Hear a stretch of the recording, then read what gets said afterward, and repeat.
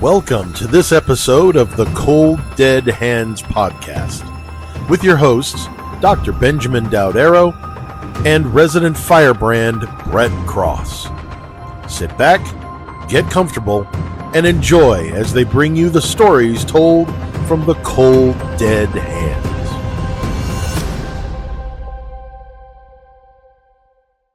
Well, hello, everyone, and welcome to Stories from the Cold Dead Hands, a radio show where we talk about those who we have lost to the different forms of gun violence in this country. I'm Dr. Benjamin Dowd-Arrow. I am an internationally recognized gun scholar, having published multiple papers on things like firearms and well-being and how it relates to our health, as well as the social determinants of gun ownership and gun policy support. In other words, why do people own guns and why do they support certain policies? My co-host is Brett Cross. Brett?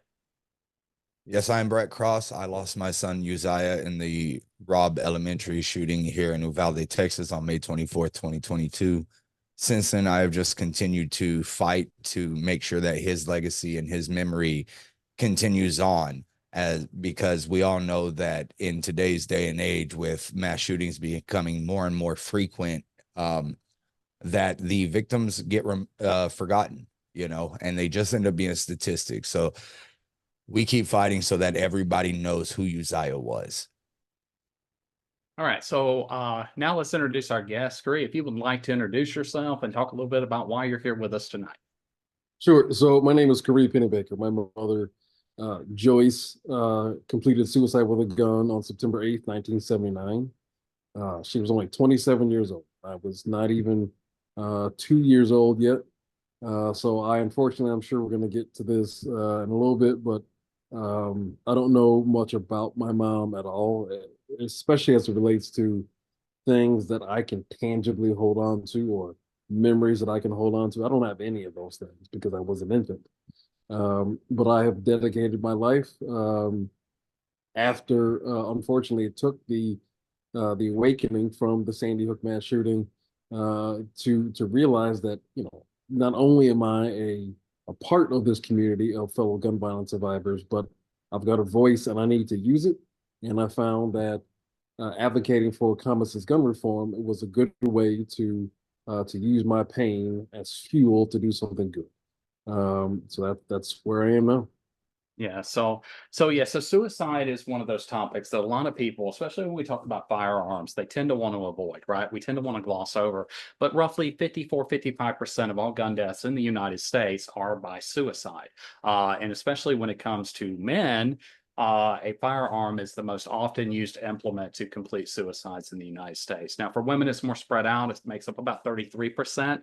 But when we think about suicide implements, less than 5% of those people who attempt suicide with a firearm will survive, whereas less than 15% will die from any other method, right? So, this is one of those things that we often gloss over, especially when we talk about gun control. So I'm really interested in this conversation tonight. Brett? No, yeah, absolutely. When I first got into this space, like you said, it's not really talked about, right? And I spend the majority of my time speaking on mass shootings and everything, but as we all have to do, even though we have our specifics that we talk about, the gun violence encompasses a whole lot more than just mass shootings and just suicides and just domestic violence attacks. There is a lot of different ways that gun violence affects people. Mm-hmm. Yeah. So you mentioned that you didn't really know your mom. How did that affect you kind of growing up, right? Knowing, first of all, how old were you when you found out what happened to her? So I unfortunately remember the day. So there are two distinct moments in my life relative to this specific issue with my mom's death that will forever be the worst days of my life. The first one was I was roughly 18 years old. I was a senior in high school. And as every curious teenager does, they go through their parents' stuff. And I was digging through my dad's boxes of stuff in the basement, and I came across about 100 copies of her death certificate. So up until that point, I mean, I obviously knew that my mom was not here, but the story that my family had told me was that she died of an illness, which, I mean, you can make the argument that is like overarchingly correct, right? They just did not understand or know how to tell me that story. And I don't want to be in any person's shoes to have to deliver that kind of news to a child. That I don't think there is a good way to do it. There might be a better way, but I don't think there's a good way. So I found out by literally reading her death certificate when I was about 18 years old. Then we just simply did not talk about it. And it was devastating when I found out. I had to go through some really intense therapy.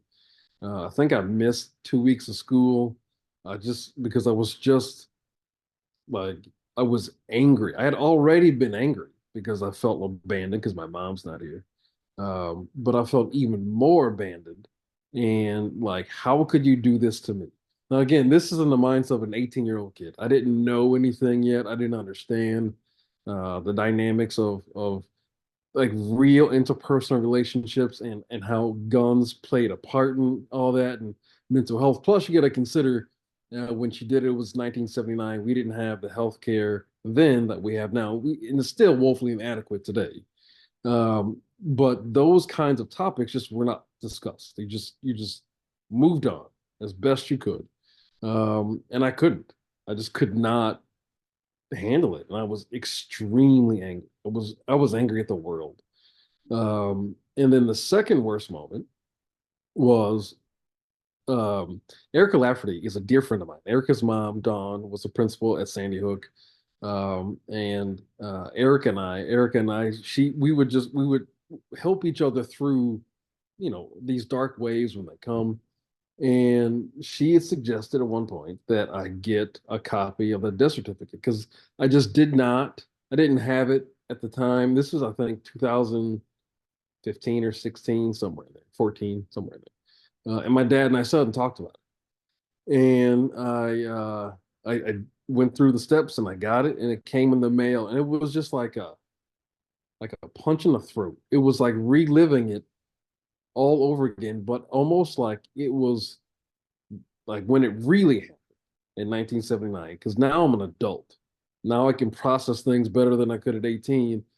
And it wasn't like I was conceptualizing the act itself, but I was conceptualizing like the moment and reliving all of that, and all of that anger just came rushing back. And that was, I wish I would have handled that better, to be honest with you. I wish I would have prepared myself for reading it. And I just was not mentally equipped at the time with the tools I needed to process what it was like to read about how my mom ended her life. And I just could not handle it. But I went through a lot of therapy. And what it really boiled down to was that like that sense of abandonment and how it has impacted me for my entire life is that it has prevented me from really having substantive relationships with people because I always feel like you're going to leave. And it is ultimately true. People will leave, whether that is by choice or by life. I mean, we're all going to pass away at some point, and I'm not a morbid person, but I just felt that if my mom can leave me, so can you. So I might as well prepare myself in advance so that I can insulate myself from having to relive that kind of pain.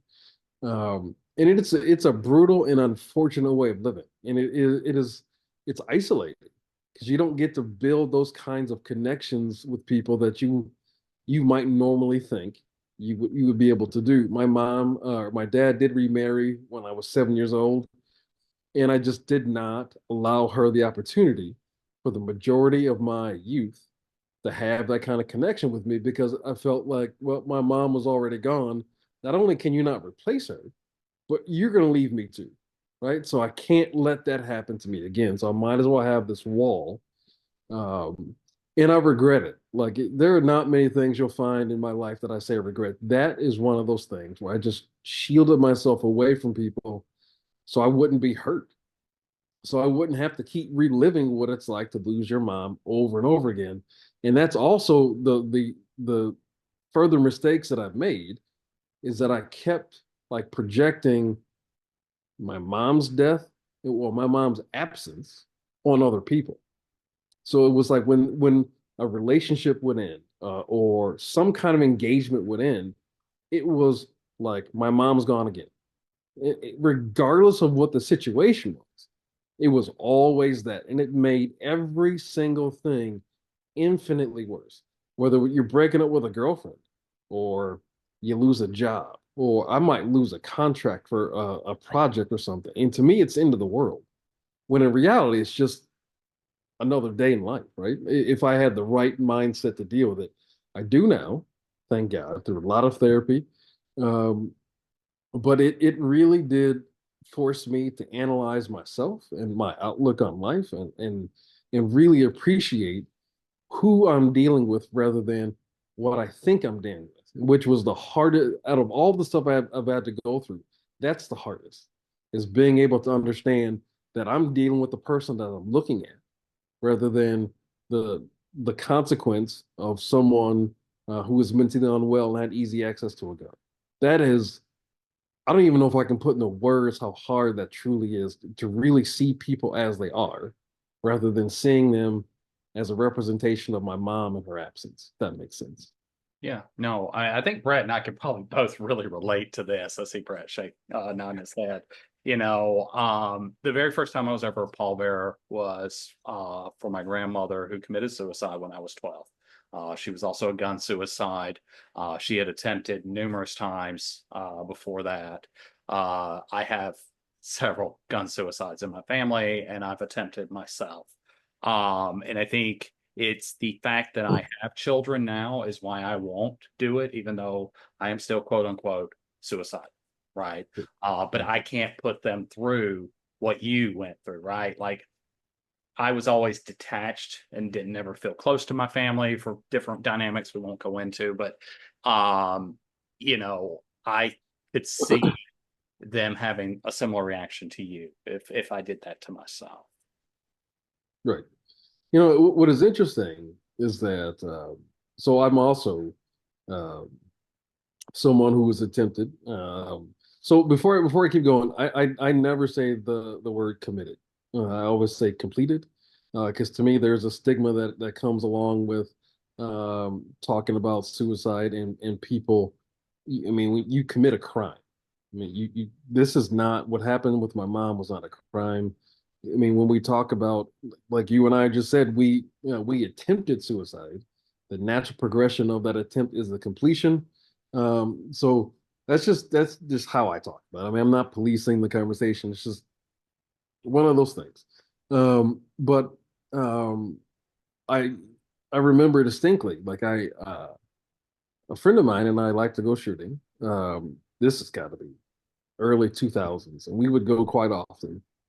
And I had one of those dark waves that hit me one night, and I literally sat there with a loaded 9 millimeter in my mouth for a good half hour. And I like and when I think now as a relatively full functioning adult, like the processes I had to go through for that 30 minutes was not what you might think about.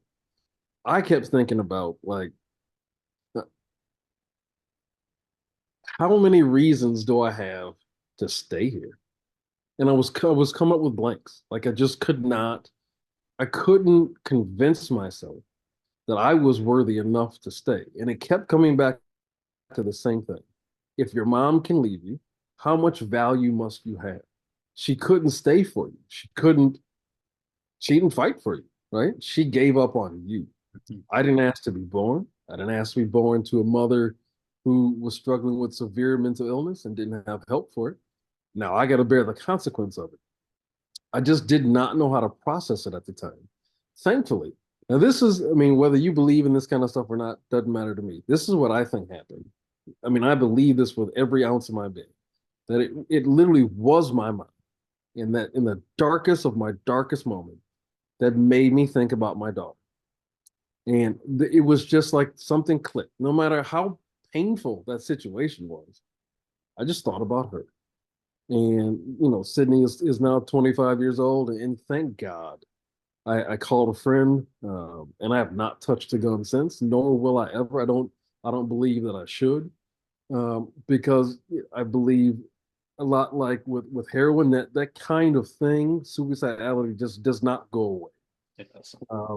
And thankfully, I have the right tools and mechanisms and coping mechanisms in place now that I know what to do when those moments happen. But I talk about these things when I get on the stage, and I'll tell people that I have been through the worst thing you can imagine as a child, losing a parent to gun suicide, and then having to live through the absence of it, only to be almost full circle with it.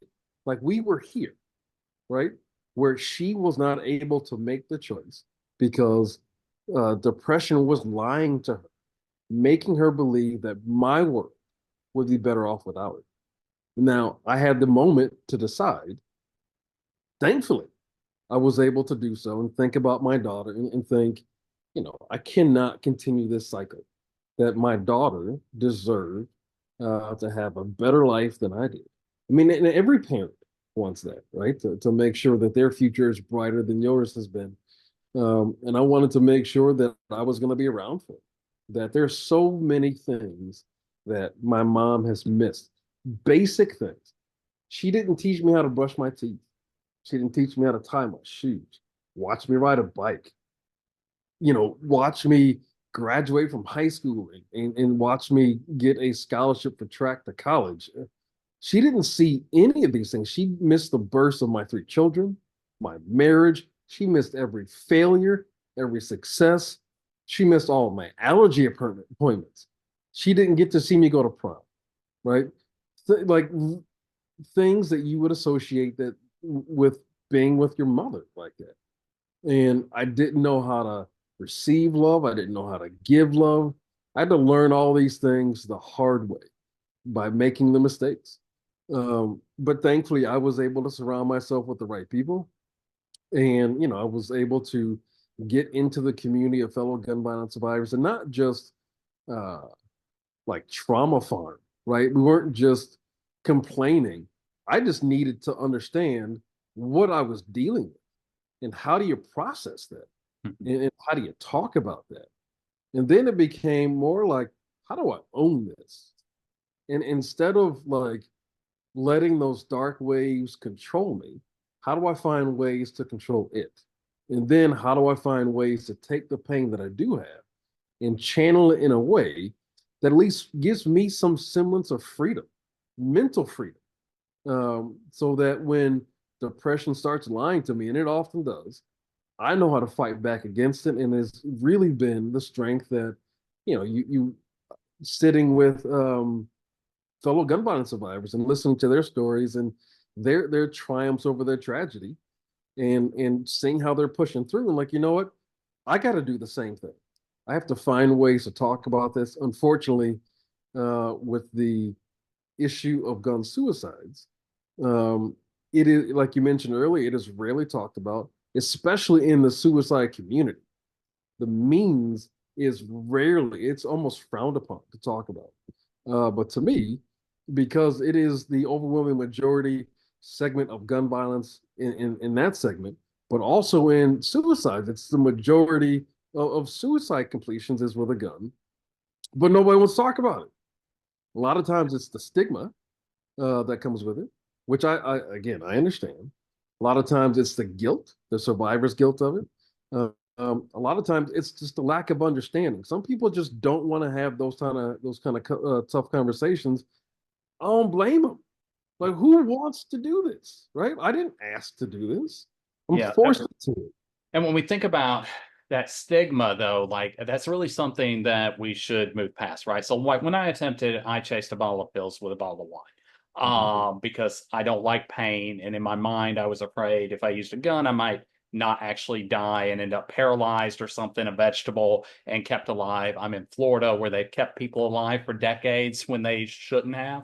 But when we think about, guns and suicide, one of the things that we forget is that fact that if a person uses a gun, there's thinking, oh my God, I'm making a mistake. I need to seek help, right? Like if I chase a bottle of pills and suddenly I think, oh my God, I actually want to live, I can dial 911, have the ambulance come get me, take me to the hospital, pump my stomach, possibly save my life.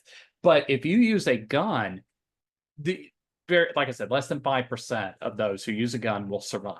And even those that do, the vast majority have major health issues like their whole life. Now, Brett and I have talked about before on here. I know he's turned his camera off, but he's still there.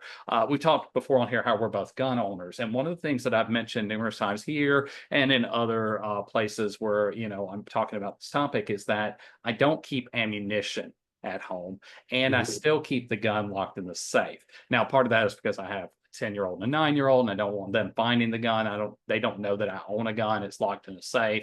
But the other part of that is for the very thing you mentioned, right? Because it is like any other disease, it's never cured. It never goes away. Those dark thoughts are always there. And if I have such ease of access, as I just mentioned, I can't change my mind if that's what I try. Right. There's a guy, Kevin is his first name. I don't remember his last name anymore. But he started an organization called the Ripple Effect, if you're familiar with him. He's one of the few people in history that has ever jumped off the Golden Gate Bridge and survived. And there's an interview he gave.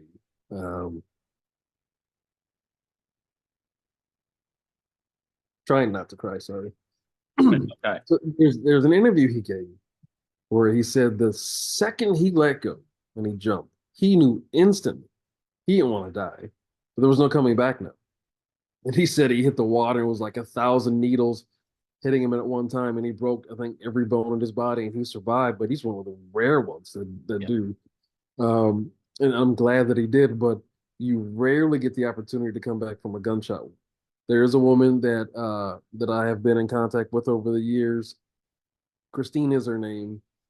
She put a 44 caliber under her chin and tried to complete suicide and survive. And it like tore apart her face. And she's still alive, but like as you mentioned, has gone through, I think at the time it was like 30 or 40 different surgeries, and it is just grueling. But she's glad that she's alive. Yeah. And it's unfortunate that people don't understand and appreciate just how crippling and devastating that depression can be. And especially as men, and then men of color, we are not really trained or taught how to talk about our feelings. I'm not talking about just I love this person. It's true, honest depression, and how do you deal with those kinds of things, and then being able to feel okay with asking for help. We don't talk about those things. No. You hear all the time about be a man and do this. I think what being a man is understanding you need some help, go ask for it, and then advocate for other people to do the same, so you can open that door and then tear apart those barriers, so more and more men can seek the help that they need, so that we have fewer men who are attempting and completing suicide or doing other things that are harmful to themselves or their family. These stigmas that surround these issues are brutally unfair, and we have an entire society structures built around keeping those things in place, which I think is cruel. I want to see us get to a place where, whether you're a man or woman, black or white or anything else, that you feel completely safe, free, and unjudged about getting the help you need. And I think once we get to a place like that, you will see suicide rates plummet.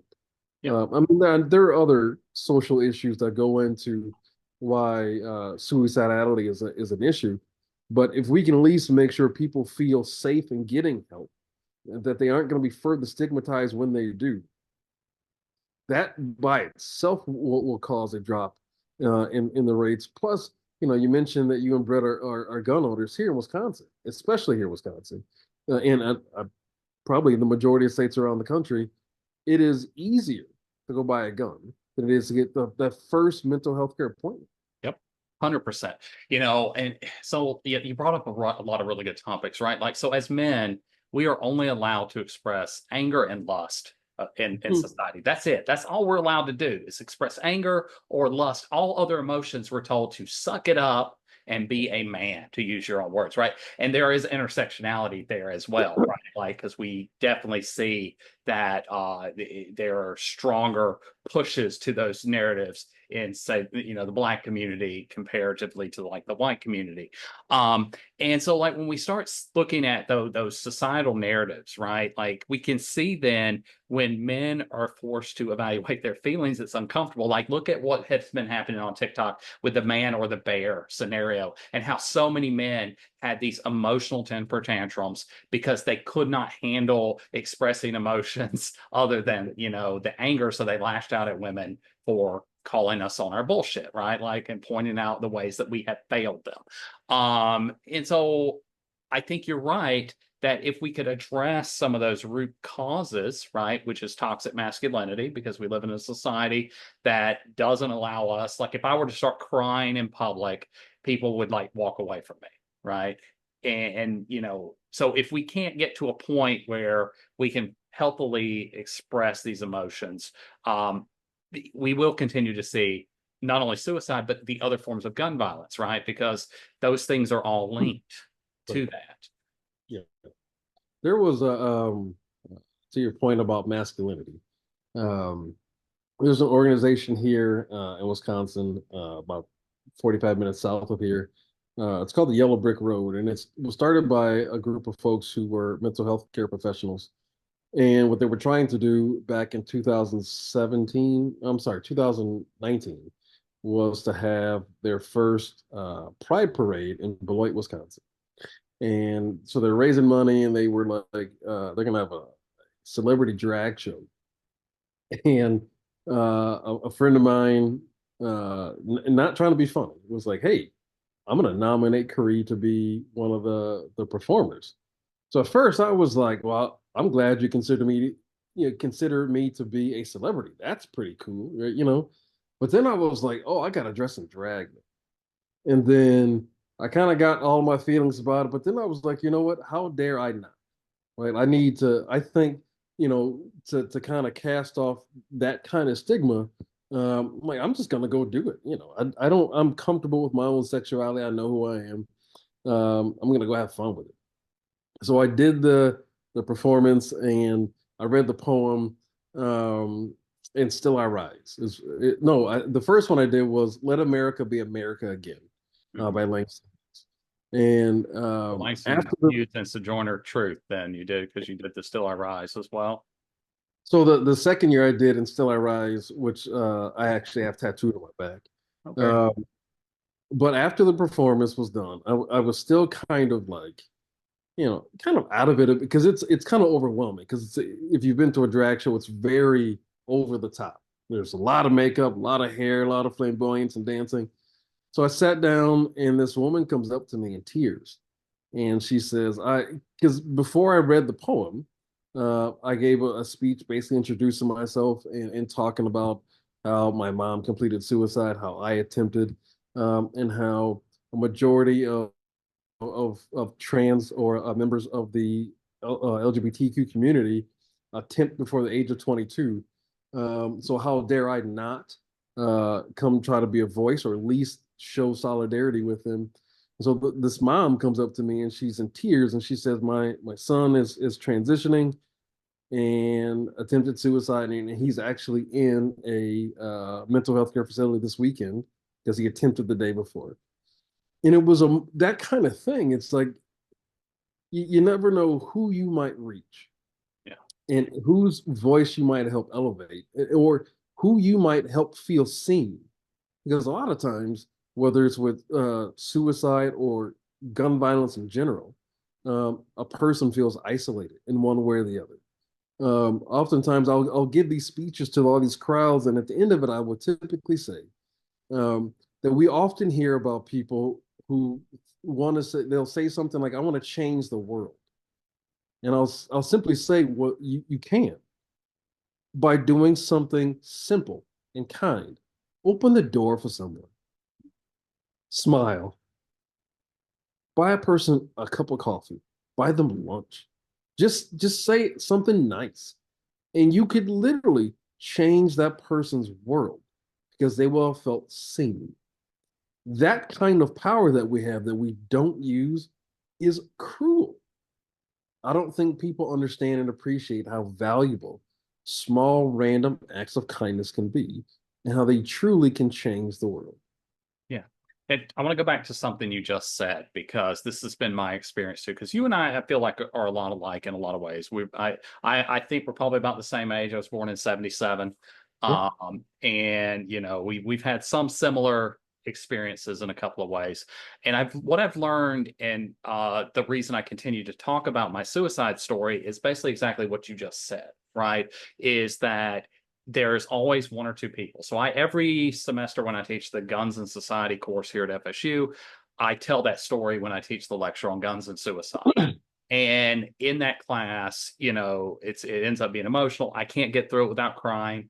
I don't know if you have that experience as well when you talk about it. It's been 10 years for me and I still cry every time. And it is a rehearsed speech when I tell it now, and I still cry. But at the end of it, there's always one or two students that come up and say something along the lines of, this like hit me, this way. I was thinking these things, I was feeling these things, and hearing you say it has made me want to seek out help. And it's especially important when it's men, right? And which is why I feel it's important that I continue telling that story, is because as men, as we talked about, we're not allowed to express those kinds of emotions, right? And I preface the class, like I tell them the class before, we're going to cry. And when I start the class, it's like, here's your trigger warning. Today's topic, we are going to cry in this classroom.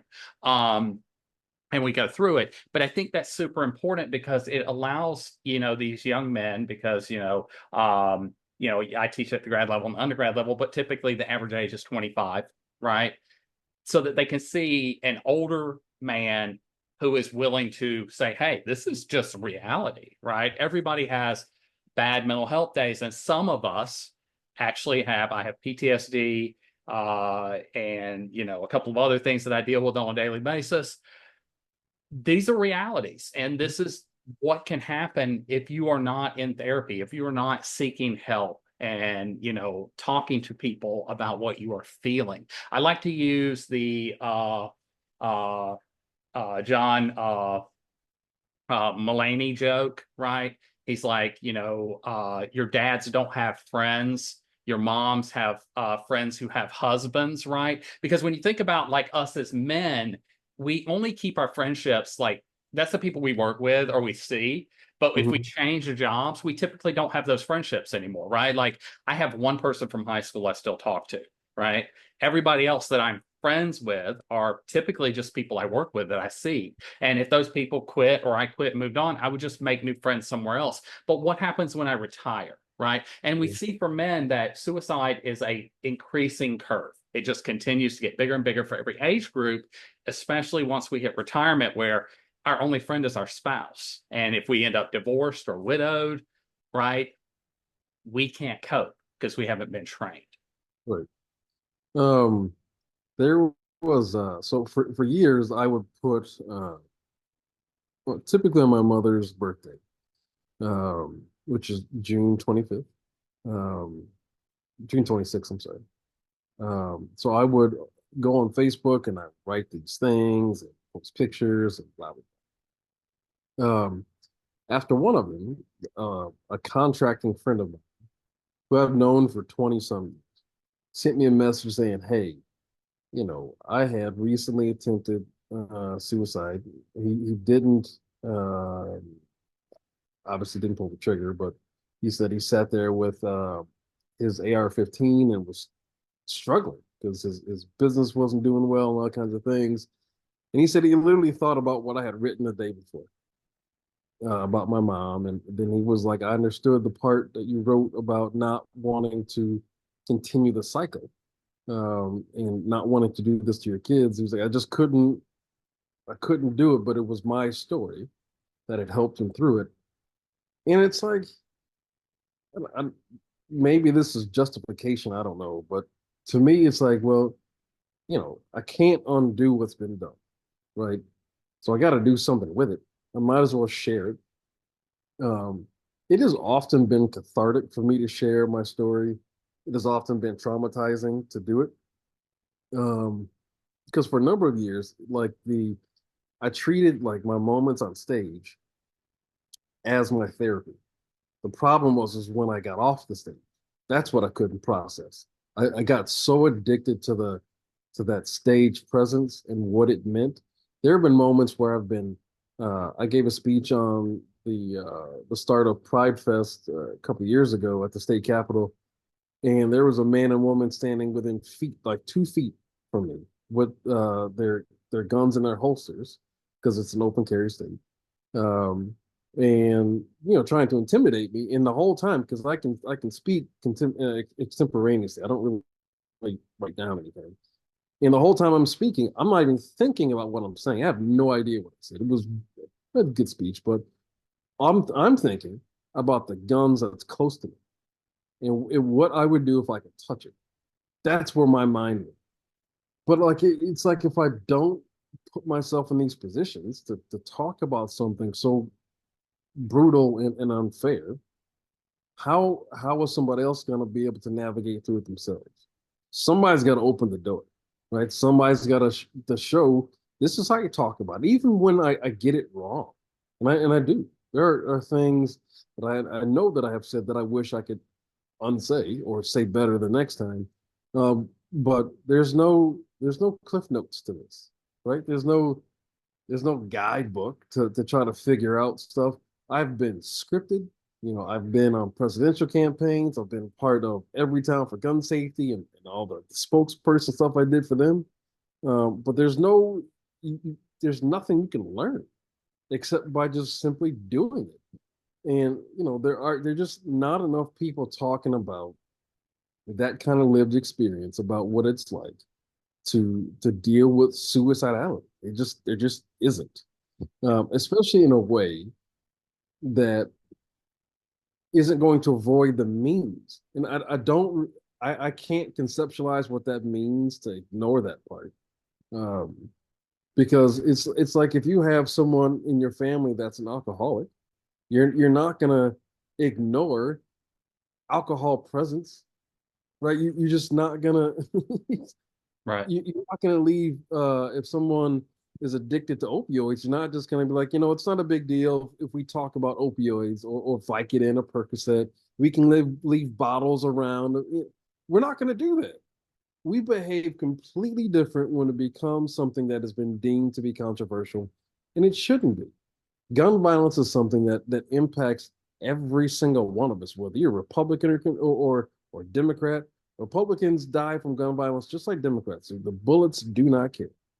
I testified at our state Senate a couple years ago, shortly after one of the Senate Republican colleagues had completed suicide with a gun, and I brought him up in the hearing, and I'm like, I don't know how any of you can behave this way. One of your counterparts just killed himself, and you're sitting there talking about gun rights. He doesn't have them anymore. He doesn't. Like the bullets that tore the bodies apart of the first graders at Sandy Hook. They didn't ask. The bullets never asked, hey, what party are you going to subscribe to when you become an adult? Or what party are your parents members of? The bullet that exploded my mom's head never once asked her, what is your son going to grow up to be? That doesn't happen. So why it gets framed the way that it does is shameful to me. And it's something I don't think, people who are genuinely concerned about alleviating this kind of trauma, I don't think it should be a thing. Yeah. No, I agree. We mentioned Sandy Hook a couple of times now. For me, Sandy Hook was a turning point, right? And I think you kind of hinted to that too. Before Sandy Hook, I owned probably, between me and my roommate, 17, 18 different types of rifles. And a lot of those are like the military style AR-15 looking kind of rifles, and 3 or 4 handguns.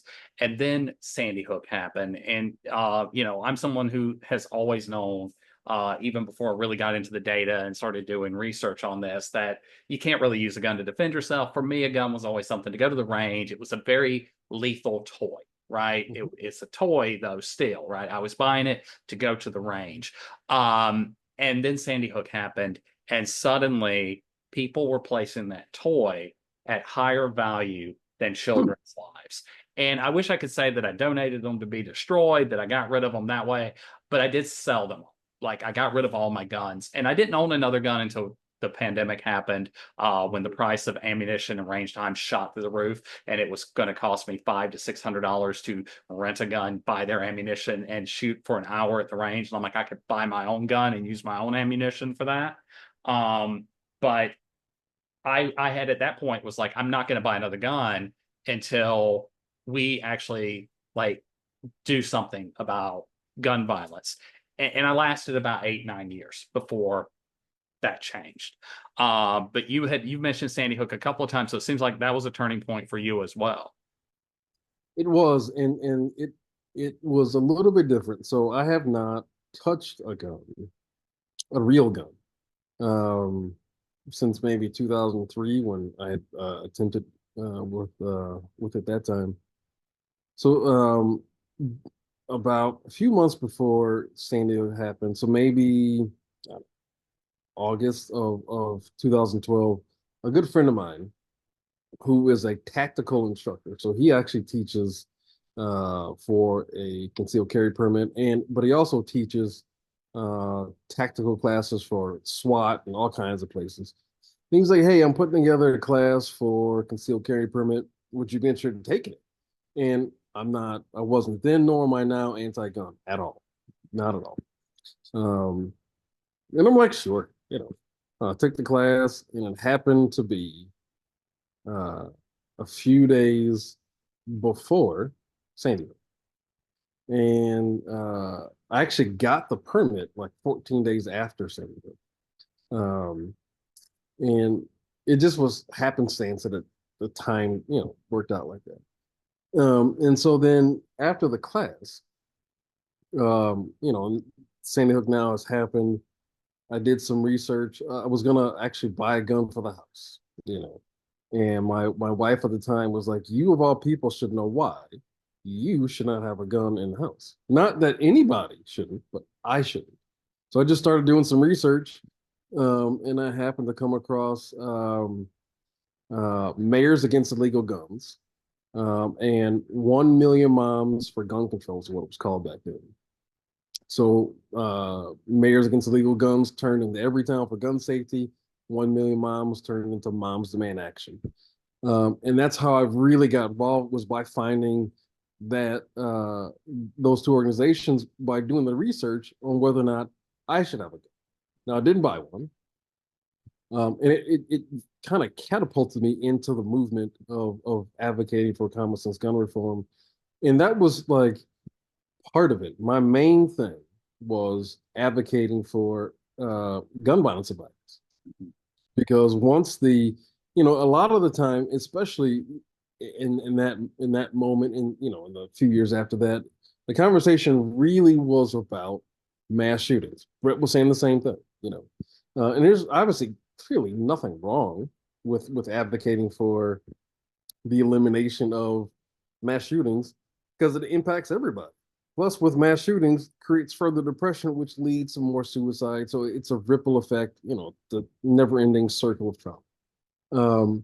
But in doing so, not only did I learn about like how to talk about gun violence, I was like, well, I have got a platform.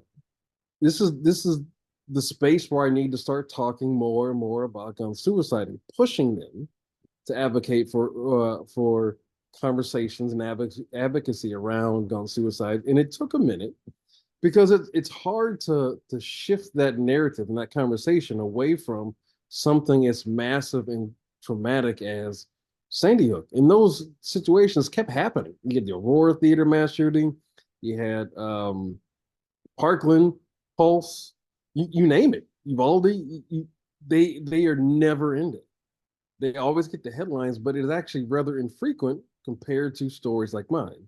Yeah. And like in getting people to understand, like wanting to talk about something in addition to doesn't mean I'm taking away from the conversation that we started with. I want to talk about all of it.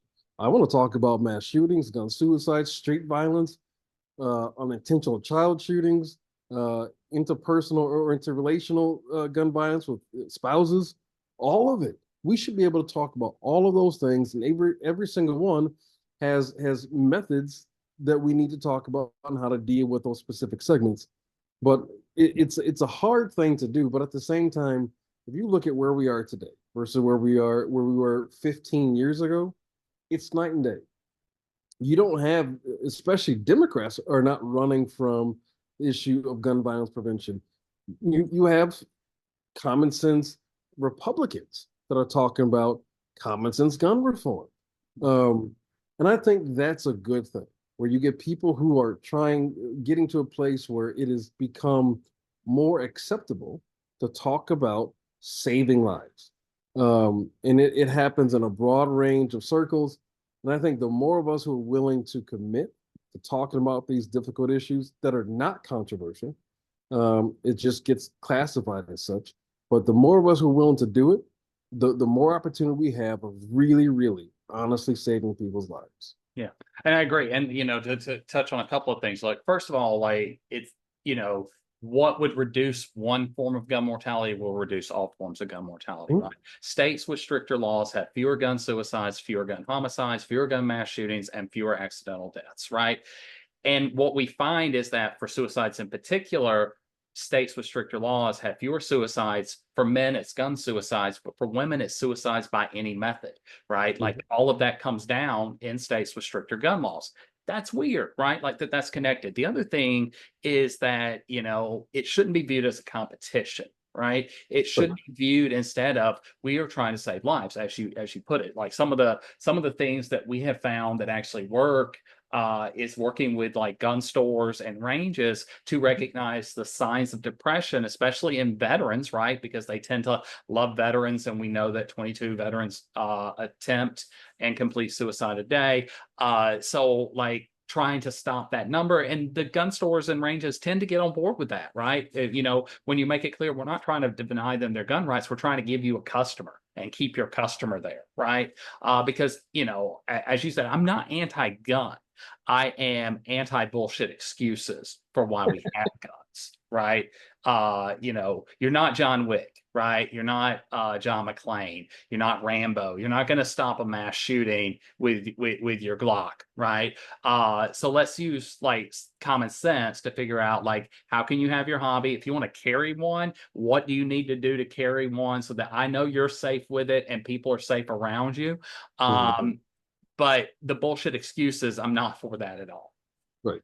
And what's interesting, I'll get back to another point in a second, but what's interesting about that last part you're talking about, that you're really not likely to stop, whether it's a mass shooting or a homicide or robbery, you're less likely to do that, but you're more likely to shoot or kill someone that you know or you love. But when I took that concealed carry class back in 2012, one of the first things the instructor, who again is a dear friend, was like, he talks about disengaging from the scenario rather than trying to engage, whether you are armed or not. Leave if you can. Because no matter what you teach in this 4-hour class, you're not SWAT trained, right? You're not going to be able, again, like you mentioned, you're not going to be John Wick and be able to go in and do all these things. But we've really allowed that kind of narrative to fester. Well, not we, the NRA really has in the gun death lobby and all that, where they make it seem like it's a manly thing to do. They even ran ads at one point, like, I can't remember who it was, but like taking someone's man card. Bushmaster. Bushmaster ran the AR-15 man card. Right. With that kind of nonsense, making people believe that you can stop a mass shooting if only you were armed. Well, Columbine would tell you that's not the case, right? Because they were that too. Right. Parkland, same thing. Same thing happened in the Tucson mass shooting. Yeah. Where armed people were there, but couldn't get a clear line of sight to end the shooting. But well, I specifically mentioned Uvalde because at one point there are 376 officers on site right there and they Mhm. still couldn't stop a single shooter, right? Like they stand there for 77 minutes. Okay. I keep saying, I've said it probably on every episode of this show, the good guy with a gun to stop a bad guy with a gun just sounds like a way to sell two guns, right? Because how do you know who the good guy is? When cops show up, they're not going to know who the good guy is and who the bad guy is. So to me, it just sounds like this a really good marketing tool to sell guns to people, which leads to a conversation I have in my classes and we've had on the show before, where who does the NRA actually serve? They claim they serve the gun owner, but there's a case that can be made that they really serve the manufacturer. That's their purpose. There, so oftentimes when people bring up this marketing phrase of the only thing that stops a bad guy with a gun is a good guy with a gun, they need to think about the Tucson mass shooting. That shooter was stopped by unarmed people. One of which was an elderly woman whose name was Pat, who was just loved this woman to death. Every time I see her, I tell her that you are a living, breathing superwoman. Like to be able to stop a shooter, like she didn't care about what could have happened to her. She just acted, and it was her and four other people that stopped him and grabbed him and tackled him. But they were not armed, and they were able to stop a bad guy with a gun. And I have a video up on TikTok that shows like that when a civilian, not police officer or military trained, stomps, these people, it's often with an object that's not a firearm, right? For instance, here in Tallahassee, we had an attempted mass shooting because it doesn't meet the FBI's definition. Only 2 people actually, died here. But it was stopped by a guy with a broom at a yoga studio. This guy came into the yoga studio, was an incel. He was wanting to kill women that he felt were denying him sex or whatever. And he was taken out by a guy with a broom that grabbed the broom and just hit him over the back of the head. Then he ended up committing suicide so he wouldn't get arrested. But often it's that, right? Your cell phone is a more lethal implement to stop a mass shooter than you having a gun. Because one of the points that I wanted to mention, when we're talking about that they can't be John Wick, is that fully trained Marines will choke sometimes in combat, right? Because no one knows what you will do in those situations when your adrenaline spikes. You're going to fight, flee, or freeze, right? And you don't know which one of those 3 you are until you're in that moment, right? And, and so many of these people who are like thinking they're going to be Rambo or whatever, they freeze. Most of the time they freeze, right? So, it's foolish. I like that your friend was still training the old way of you have a duty to retreat is what that method is called. Unfortunately, here in Florida, with the adoption of the stand your ground, we were the first state to adopt stand your ground. We don't teach that here anymore, right? So when I moved back to Florida and got my concealed, here, the deputy that was teaching it started the class, and he and I got into an argument over it. But he started the class with, "I'm going to teach you how to stop a mass shooter." Okay. And we got into an argument over it. I was like, "No, you can't." And I was like, "Even with all your training, you couldn't." And he was like, "Well, how do you know?" "Well, what do you mean?" I was like, "Let's say I'm the mass shooter." I was like, "Don't you think, like if you had walked into a room, you could eye out the threats and just know who's the threat and who's not?" It's like, "Yeah." He said, "Don't you think the shooter's done that? What happens if you're the first person they shoot? What if they walk up behind you and then shoot you and then start shooting everybody else?" And he's like, "Well, that case," I said, "that's the case most of the time." Like I teach a class called Guns in Society. I would probably be the best, way to stop a threat, but I'm the first person you see when they walk into a room. How much does my training matter? How much how much, it's all about luck when you're in those situations to begin with.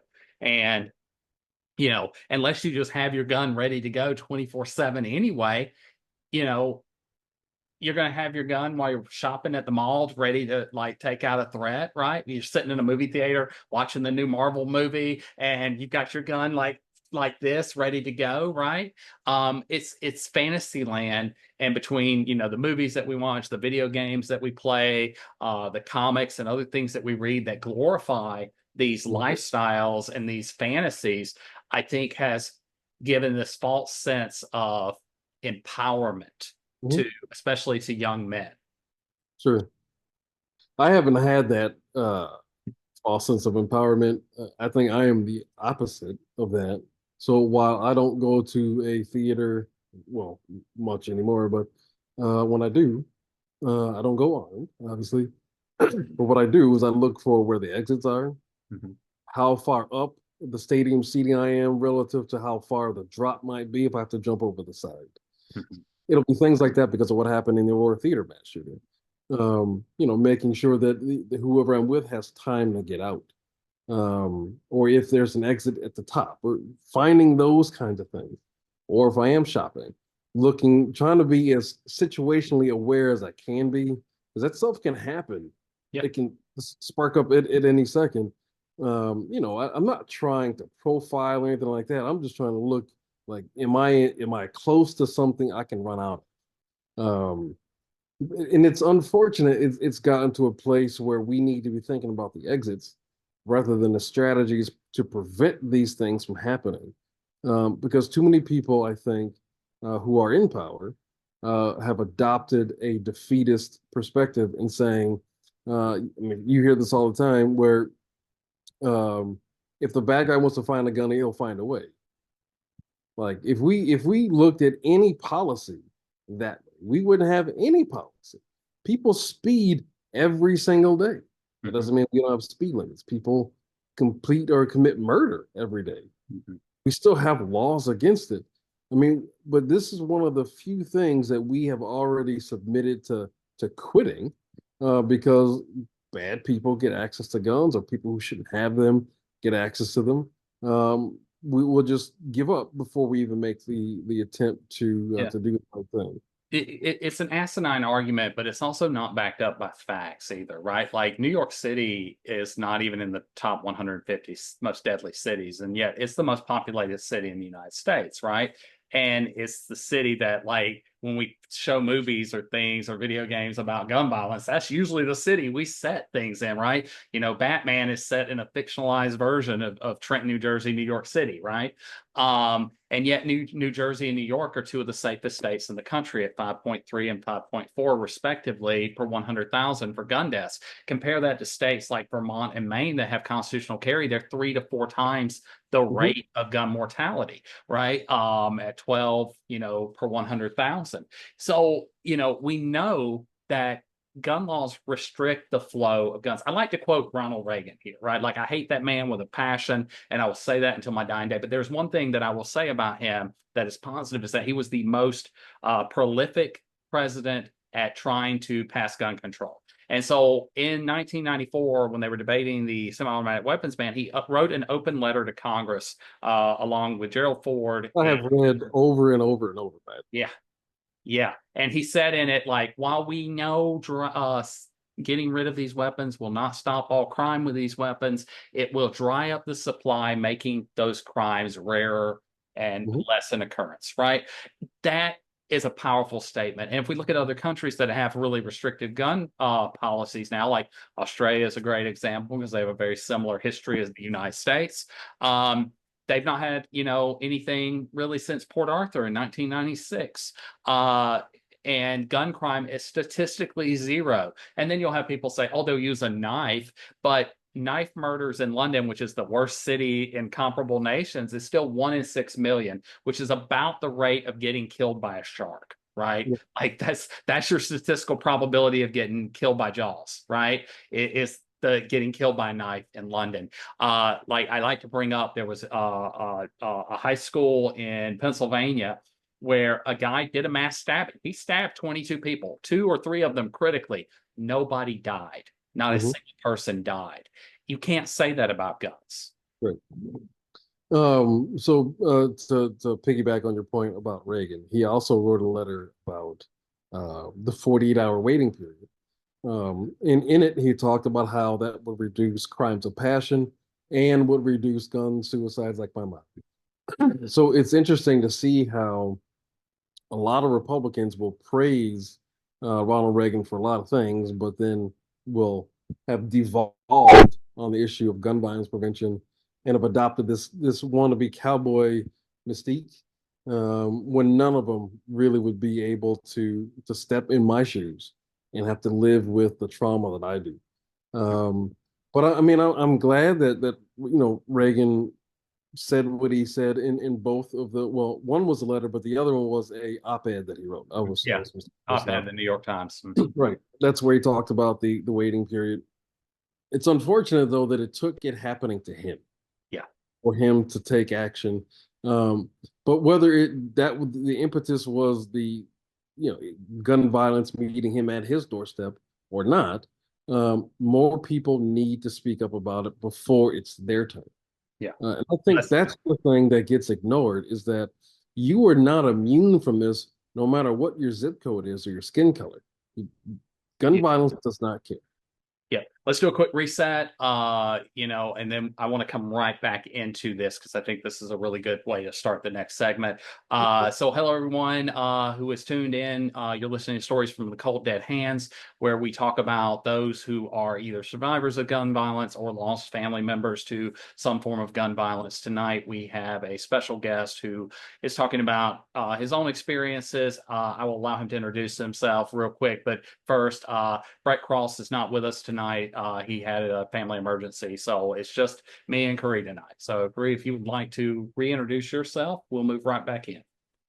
Sure. My name is Khary Penebaker. I am a gun violence survivor. My mom, Joyce, completed suicide with a gun on September 8th, 1979, when she was only 27 years old. And I was not even 2 years old yet. And I have dedicated my life to making sure fewer and fewer people ever have to walk a minute in my shoes. Yeah. So we were talking at the end of the last segment about the role of Reagan, and you touched on something that I think is super important, and it applies to a lot of different topics. For white men in particular, we do not really care about a topic until it affects us personally, right? And for Ronald Reagan in particular, just weeks after taking office in 1981, there was an attempt on his life by a man named John Hinckley, and it paralyzed his press secretary, James Brady. That's where the Brady handgun bill comes from. And Ronald Reagan was the first president to have ever been endorsed by the NRA. And suddenly he is now the first president endorsed by the NRA pushing for gun control legislation.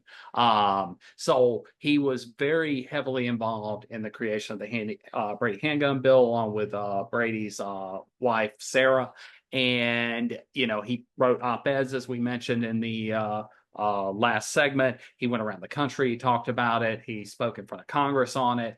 And he also was instrumental in passing the semi-automatic weapons ban. Republicans and Democrats both said in the Senate that they only voted for both of those bills because Ronald Reagan told them to, right? And so we see that, though, that historically gun control is always something that is only passed by Republicans because Democrats will get blamed for it and Republicans know they can do it. Like even compare, Presidents Obama versus Presidents Trump, where Obama after Sandy Hook said, hey, gun owners and non-gun owners, we need to come together and figure out solutions to prevent this from happening. And following Parkland, Trump said, we should just get rid of due process and take guns from people, right? Like a Democrat could never say that. A Democrat, if Kamala tried to come forward and say, hey, we're just going to take guns without due process and do due process later, there would be another insurrection, right? Mm-hmm. But Donald Trump says it, and everybody's like, oh, he didn't mean it. He doesn't mean it like that, right? He also passed the bump stocks ban, right? That was recently overturned by SCOTUS. So, we see that historically Republicans will do it. And you mentioned Republicans who were pushing for common sense gun reform, like the Safer Communities Act that was just passed was Marco Rubio, right? Mm-hmm. He's the one who wrote it. So they will do it because they know there's no political attachment to them, right? Is that how you, as someone who works in politics, is that how we move forward? Do we try and convince more Republicans to get on board with this since they know that it won't affect their political careers? I mean, the cynic in me would say yes, that you have to, and because we exist in a political space, you cannot avoid the political requirements that come with the issue. This is a political issue that requires political solutions. That does not mean it doesn't also involve activist involvement or communal involvement. but it does require, from a legal perspective, to have politics and politicians involved. So there are some things that we have to do that will manage that side of the equation. I wish it wasn't. I mean, the human in me wishes that American politicians would adopt the way of thinking that the Australian politicians did after Port Arthur, when they and it was a conservative government at the time who said that they were willing to risk their jobs to prevent this kind of thing from happening again. And they did lose their jobs, by the way. And they were interviewed, I think, 2012, give or take, and all of them said that they would do it again, that they did not mind losing their job to save people's lives. I don't advocate for the kind of policy of what they did in Australia that worked for them. That's fine. That's not what I think would be feasible here in America. But we do have some common sense gun reform policies that that are broadly supported by both sides of the aisle from a voter's perspective. But we just don't have politicians who are willing to risk their jobs to do it. And unfortunately, too many politicians are only inspired to do something like that when it touches their doorstep. To go back to Reagan. Yeah. I think that we don't have enough courageous politicians in our body politic anymore who are willing to face the issue as the issue and wanting to find a solution. We have politicians who only want the issue. They don't care about the solution because the issue is what generates buzz and clicks and likes and all of that kind of in airtime on TV. Yeah. They're not really interested in solving the problem. So I think if we really got to a point where, like, I don't give a damn about my job, because my job is to help not only make people's lives better, but to save them. And if it means losing my job to do it, so be it. I'm fine with it. We just don't have enough people like that. No, I agree. I think another issue too, on top of all that, is the Citizens United ruling that allows people to just let massive amounts of money. And while overwhelmingly it is Republicans who are the recipients of the gun lobby money, right? There are Democrats who get it too. Just across the state line in Georgia is a Representative Sanford Bishop. He is a Democrat. He is the highest paid Democrat by the NRA, right? Like, he has an A rating with the NRA. He only gets like $200,000 a year, but that's still a lot of money in the grand scheme of things, right? And so until politicians are willing to like reject money, because after Parkland, Marco Rubio was confronted by Parkland survivors. They flat out asked him if he would go on record right there saying he would not take NRA money moving forward, and he said, "I will always take their money because their agenda and my agenda align." Right? They support me in what I do. So until we can get people either get money out of politics, the cynic in me has a real hard time, because when we didn't do anything following Sandy Hook and then we doubled down after Uvalde, I haven't had much hope. Right? It's one thing when it's high schoolers, right? Still kids dying. But when it's little kids, like 6 and 7 year olds, like we saw at Uvalde and at Sandy Hook, and we're just like, nah, fuck those kids, right? Like that was the United States' respective response after both of those events. I don't have a lot of hope. But let's move into what those things could look like, right? I'll give one of mine that has broad support, but let's talk about like what common sense gun reform could look like. One thing 88% of Democrats, 87% of Republicans agree on is if you're on the terrorist no-fly list, you should not be able to get a gun. Yet the NRA says that could restrict Americans' rights because they could be on there unjustly. And I'm like, fuck them. I have to take my shoes off at the airport. They can be on that. They can be without a gun until they get off that list. What are some things that that you think we can do? And if you want to add on to that point. Sure. So when I ran for Congress in 2016, that was actually one of the issues that I talked about, was if you were on the terrorist watch list, that you were not able to buy a gun. But before I get into that, I do want to go back to a point you made a minute ago about after Sandy Hook, nothing happened. That's only true at the federal level. Right. At the state level, there were a number of states that did go forward and enact some good common sense policy. So I want to make sure that at least we don't ignore there are activists at the local level trying to work any side of the government they can have access to. That is fair. My concern is the only pushback we give is that we currently have a court that is kind of throwing away those state things, right? Like they just got rid of, the May issue in 7 states from the Bruin case in New York. And as I mentioned earlier, New York is one of the safest states in the country because of their laws related to who can have a gun and how they can have a gun. So when I'm speaking, I was speaking at the federal level because we're currently in a time where the state laws can be invalidated very quickly by this very conservative court that we have. That's a whole conversation by itself, how corrupt our Supreme Court is. But one of the issues that I talked about a variety of them, but I talked about a couple main ones. One was being on the terrorist watch list. 2, getting rid of PLACA. That for some reason that does not get the traction that it should. But back in 2016, especially then, because Bernie Sanders was a candidate at the time for president, and he was an avid supporter of PLACA, and I wanted to repeal every single word of it. Mm-hmm. And he eventually, got on board with signing on to a bill that would have eliminated every single word of it. I also talked about waiting periods to buy guns. Here in Wisconsin, we had a 48-hour waiting period. The prior Republican governor repealed that using made up scenarios and lies to basically do it. And all I kept doing was bringing up the Ronald Reagan op-ed that he wrote. Like, I don't know what you're talking about. Even the person who wrote the original 48-hour waiting period back in the 70s here in Wisconsin talked about how it would save people's lives in terms of gun suicides. So it was devastating that happened here in Wisconsin. But I talked a lot about those waiting periods and how it can put a barrier between someone who is in the throes of crisis to a lethal means of ending their life. And I would often equate it to suicide barriers that are on bridges in a lot of cities. Mm-hmm.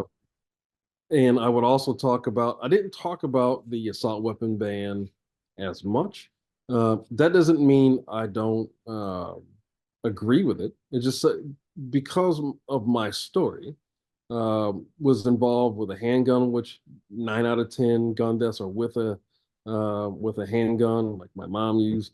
I felt like there were already people in that space, and it was really saturated already with voices talking about the mass shooting side of it. So I wanted to at least highlight the things that were really specific to my story. Given that I had a congressional platform, I'm going to use it. And I was able to get to really parlay that into when I was a part of Cory Booker's campaign in 2019. Part of his campaign included policy specifically written about my story. Mm-hmm. So I mean, you're taking something as an advocate. Now it's a part of a presidential platform. That's the essence of advocacy, right? But I mean, I definitely want to make sure, like, if you were to say out of all the things we could do, you can only pick one. The one I'm going to pick is going to be universal background checks on all gun sales. That's probably because it is so far reaching into all segments of gun violence. But that doesn't mean I don't value the other policy prescription that I know would save people's lives, like a 48-hour waiting period at least, or eliminating PLACA, the no-fly list. There's a variety of things that we can do that we know that not only will save people's lives, but don't actually do the things that the opponents say they will. I do agree with our Constitution and everything in it currently. I don't believe the Constitution is an infallible document. Part of it included at one point the 2/3 compromise, or 3/5 compromise, I should say. Right. So I mean, it is a changeable document, and as it should. I mean, Benjamin Franklin told us that we should, as we evolve, continue to change the Constitution. Yeah. That doesn't mean that Is there anything wrong with the Second Amendment? I think it is has been perverted over the years and has been turned into something that it was never intended to be. Yeah. Is now used solely for and purely for marketing purposes only.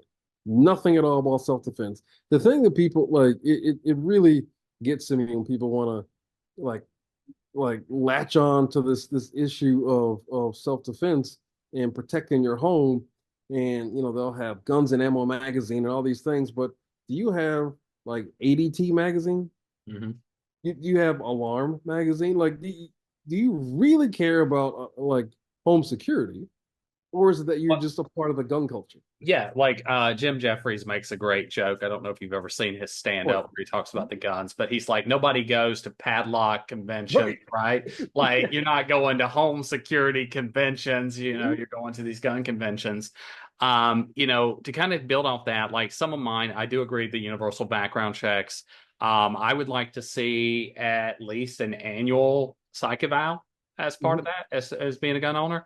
Probably more than that, though, because we all deal with mental issues. And that may be a way that then we start, we talked about how like it's not readily available, but it's also like cost prohibitive. Most insurance policies do not cover mental health services, right? You pay out of pocket and they reimburse you a percentage later. Like I get my reimbursement like 6 weeks later after I go. So I would like to see at least an annual, but I would prefer quarterly, like just uptick. If you don't have a gun, you need to be checked to make sure you're mentally stable for one. And Antonin Scalia said that's constitutional because in the Heller decision, he says it is not, that my decision is not to preclude longstanding prohibitions on people with mental illness or criminals from having guns, right? So I think that falls in with the constitutionality of it all. But to go back to like the Second Amendment, if we actually look at Madison's original amendment, the original amendment was written: the right of the people to keep and bear arms shall not be infringed, semicolon, a militia being necessary to the security of a free state, is the best will of the people, but no people religiously scrupulous should be forced into military service, right? That was the original amendment. The founding fathers said, fuck that. And they rewrote it to say that the well-regulated militia shall not be infringed. And to further show that that's what they meant, if you actually turn to the Constitution, go to Article 1, go to Section 8, go to subsection 15 and 16, it says Congress controls the military and the militia. They determine what they are armed with, how they are trained, and then the militia is turned over to the states. And the Second Amendment is to further indemnify, because Virginia was a slave state. They wanted to make sure the federal government did not take away their slaves, as we were talking about with the 3/5 compromise, because they're responsible for that too. And they wanted the Second Amendment to make sure they could have slave patrols, that they could have militia, state-run militia, to enforce that institution of slavery. And then in the 1970s, we start seeing the NRA pushing for this individual right to gun ownership, which led Chief Justice Warren Burger, one of the most conservative justices of the time, to say that the idea of the Constitution grants an individual right to ownership is the greatest fraud perpetuated against the American people.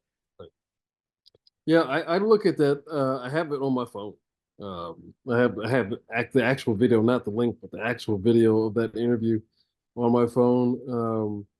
And I think the NRA and the entire gun death lobby as a whole has really been able to craft something that they were able to find this little thing in people and really hyper focus on it, and get them to believe something that isn't there, right? Whether it's the othering, like those other people might come and do these things, or being perpetually afraid to the point where common sense no longer prevails. It is the fear that prevails. And it is really analogous to, so the whole gun lobby movement is analogous to the MAGA movement. It's all rooted in fear and othering. Like, you want to protect yourself from those other people, those bad people, but ignoring, like, well, are they really lying to me? And that's the thing I think made I don't know if this is the silver lining in it, but at some point, I believe the overwhelming majority of people are going to wake up one day at some point and realize how much they've been lied to, whether it's by Donald Trump or the entire gun lobby. It'll be, unfortunately, it might take it happening to them where gun violence visits their doorstep. I hope it doesn't. I wouldn't wish this on my worst enemy. But sometimes people have to have that happen, have to have the tragedy befall them before they realize, like, oh, I was wrong. I hope they are able to have their come to Jesus moment without that. But I think they're going to wake up one day by whatever impetus it happens and realize how much they've been lied to and how much they've been used. Like whether it's the MAGA followers or people who are in the gun culture are going to wake up and realize that they have been a pawn in someone else's game and that they have never at all had control over themselves or the things that they think they want. They've been programmed to want these things and are only putting more and more money in people's pockets that have nothing to do with it. Yeah. The gun lobby does not care one way or another if you were safe or not. They actually want you to feel more afraid so you buy more of their shit. Yeah, no, I think that's all really good points. I want to touch on two things, and then I'll pass back to you. So first, like this idea that MAGA is analogous with the gun lobby. I think that's more true than most people realize, right? Like the NRA today is not the NRA of 1976, right? In 1977, 1,000 members, the more extreme, crazy members, took over the institution. In a lot of ways, the NRA membership kind of placated them and ignored them just to get their votes and support and money, and just kind of like didn't think much of them until they took over the organization, right? And then it became what it is today, and became the NRA that most of us think of as the Institute of Legislative Action, which isn't really the NRA; it's their lobbying arm, right? But MAGA kind of did the same thing to the Republican Party, right? And before that, it was the Tea Party, right? You saw these radical extremists coming up in the Republican Party, and the Republicans, rather than say, nah, y'all need to sit the fuck down and shut up. You are not like us. You're not part of us. They're like, yeah, we like you. We agree with you. You're good. We want your vote. And now they've taken over the party. Right, because they started as Tea Party, and then that didn't really coalesce anywhere. But when Trump ran, they have made that their whole identity, and now it's really hard to look at the Republican Party and separate like the traditional John McCain, Ronald Reagan conservative from the Trump conservative. Right, like they would call Ronald Reagan a liberal because they call John McCain a liberal. Yeah, I mean, think of it this way. Adam Kinzinger is speaking at the DNC convention this week. Yeah. That tells you all you need to know. And Kinzinger voted with Trump like 89, 90% of the time, right? Like he's still super conservative. Like I'm glad like he voted, he did the bare minimum and called Trump out, right? But he's not on our side. He does not vote in our favor in our way, right? But he's become kind of this leftist hero. I mean, to me, it's like, at least you can have a conversation with it. Yeah. You can find some common ground, or at least find some things that that you can join forces with and then go combat that issue. I mean, a good example of this, when I ran for Congress in 2016, my team and I were out one spring morning at a farmer's market in one of the most conservative counties in Wisconsin. I think it's actually the most conservative county. And as you can tell, I like to talk, right? But when you're getting signatures, it's very transactional. It's really quick. You're 30 to 90 seconds. I don't do that. I want to go and actually talk to people. And so like this woman's walking up to me, and she's, I'm guessing in her 70s. She's, older woman. And I just say, hey, I'm running for Congress. Would you like to support me in signing my nomination forms? Didn't even answer my question, by the way. She went on a like 17 or 18-minute rant about every Tea Party, every anti-choice talking point, every NRA talk, all these things. My ears were like bleeding on the inside. I just was like, oh my God. But I just didn't interrupt her. Just didn't say a thing. Just let her have her moment. And then like at around the 18-minute mark, And she says, you know, here's one thing that really does bother me. When a child gets access to a gun and they shoot themselves or someone else, that the gun owner still can get the gun back. That is the only time in that 18-minute stretch that I stopped her. I said, hold on a second. How about you and I go be the champions for that one issue? Let's forget about the things we don't agree on. Let's go fight for this one issue and be the champions for it and fix it rather than arguing about the things we don't agree with. So by the time that conversation was over, she said, you know, I've been voting for Jim Sensenbrenner. That was my opponent. For 40 years, he's never talked to me once. And so this raging Tea Party Republican went on and voted for me. And, you know, it was because I listened to her. Now, that doesn't mean I agree with anything she said out of that one thing.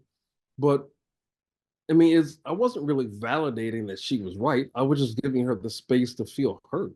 And I think that's the same thing with Adam Kinzinger.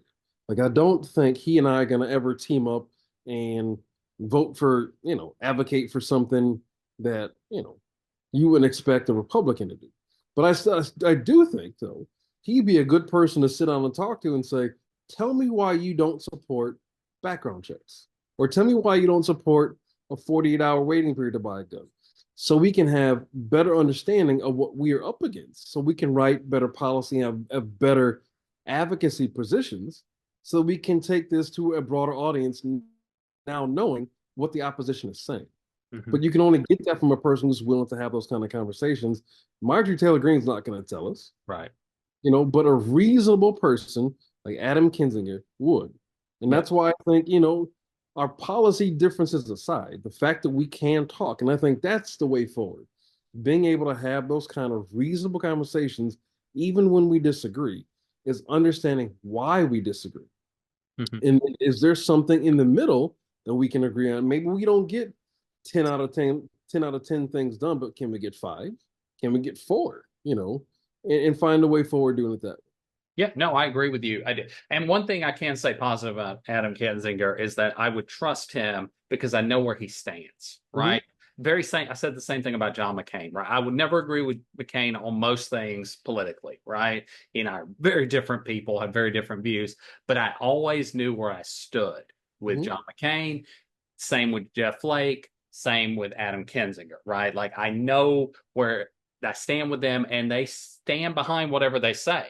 He doesn't change and flip flop and without having real evidence to support, hey, this is why I did something differently, right?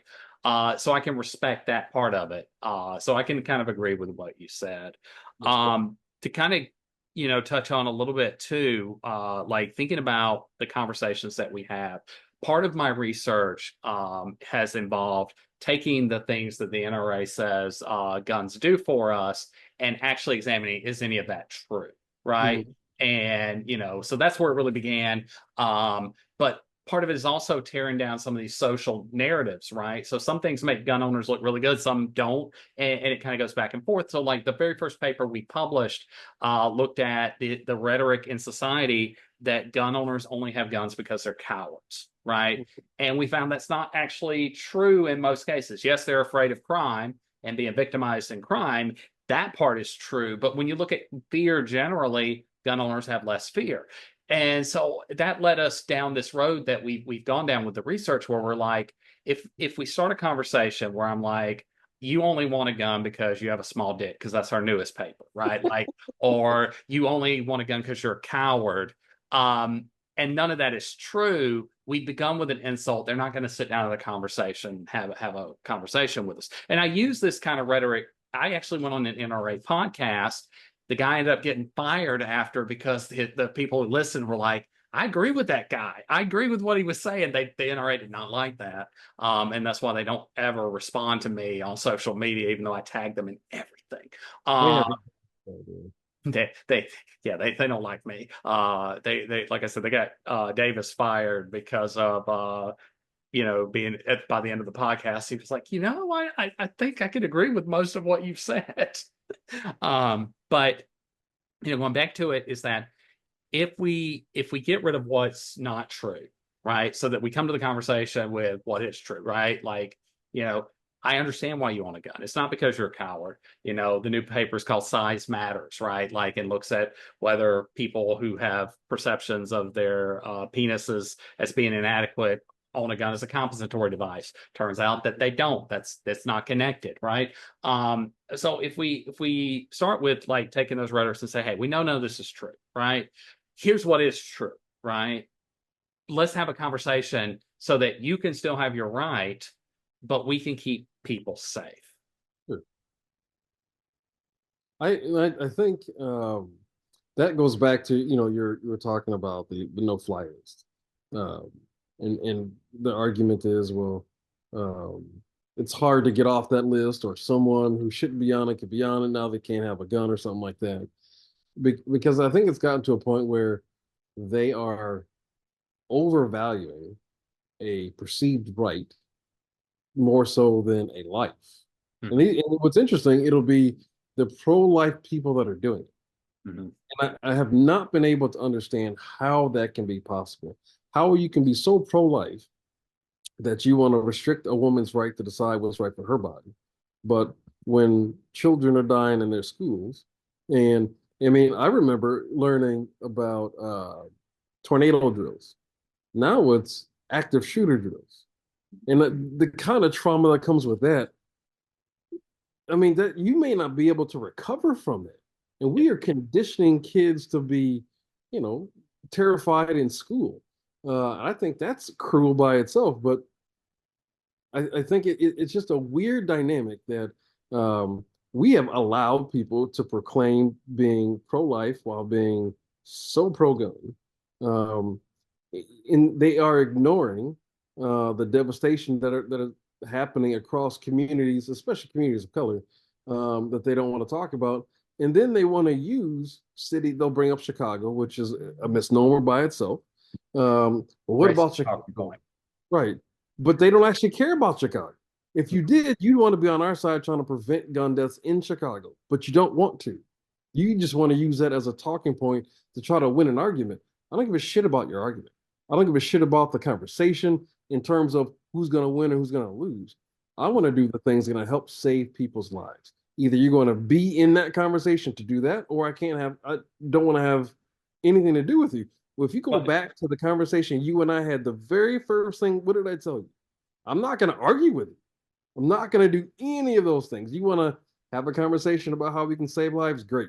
I'm not debating anybody, because it is a self-defeating prophecy, because you've got one person only concerning about talking points and winning the argument, and me trying to save people's lives. And I don't care where you come from, what side of the aisle you stand on, what letters next to your name. Doesn't matter to me.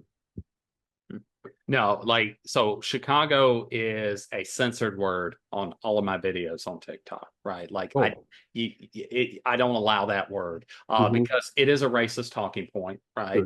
Sure. And Chicago is not even in the top 30 most dangerous major cities, right? Like, and it's not really that bad in cities overall. For instance, like Ocala, Florida has a gun homicide rate of like 70 per 100,000. Chicago's is like nearly 50, right? But it's still like significantly higher in Ocala, Florida, which has a population of like 68,000 people, right? You are statistically much more likely to be shot and killed in a gun homicide there.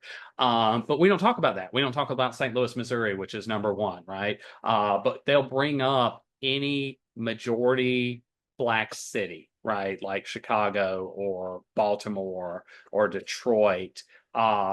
And they'll ignore other cities that are in rural red areas. Mississippi has the highest rate of gun mortality in the country at around 30, 31 per 100,000. They don't have any major cities like Jackson, which has like 50,000 people, right? They'll ignore those cities. And so like, I find that the people who bring those up, they're disingenuous. As you're saying, is that it's just to derail a conversation. It's not even about winning the argument. It's about trying to derail and shut down the conversation, because they're like, well, Chicago has all these problems, so good. Illinois is the best gun control in the country, which isn't true. But also, it's Illinois is much better than states like Texas and Ohio and Indiana, right? Alabama and Mississippi, where all their guns come from that are Right. used in crime. Yeah, there was a gun store, actually where I bought my gun from in the early 2000s that I don't have anymore. But it used to be called Badger Guns and Ammo. Badger Guns and Ammo at the time, in I think it was 2005 or six, was the leading provider of crime guns in America. And do you know why that it was allowed to happen for so long? Placa. That is purely why. And then, do you know the first case in the country that was allowed to proceed under Placa that pierced that veil was that very same story. It's because I did not realize that. yeah, because they had sold a gun to a guy who was with another guy, so it was clearly a straw purchase.